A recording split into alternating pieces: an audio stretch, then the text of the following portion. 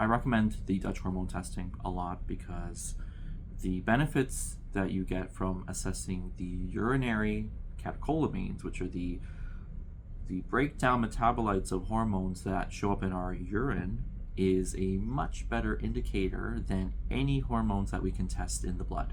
And the truth is, we're not getting the metabolites in the blood to the extent that we can assess accurately.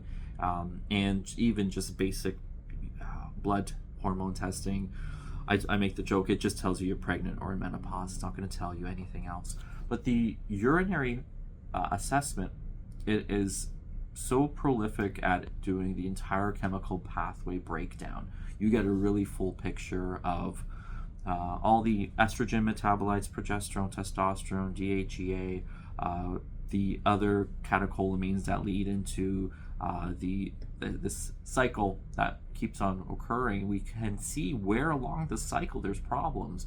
And I love that it also includes like a 4-point cortisol and melatonin, because inevitably there's going to be a stress hormone interaction affecting reproductive health and general steroid production anyway. So it's really good for directing us in terms of what kind of herbal supplements, dietary change, what types of exercise, and really if they're leading towards a catabolic breakdown and just an exhausted state versus someone that's been over consuming. There's a lot of excess in their system, and then we have to find ways to deplete that. And we use diet and exercise and acupuncture and all these other things that we offer here. So the Dutch hormone test is great to get a much more accurate picture in terms of fertility, general reproductive health, if you're getting into perimenopause, if you're in menopause,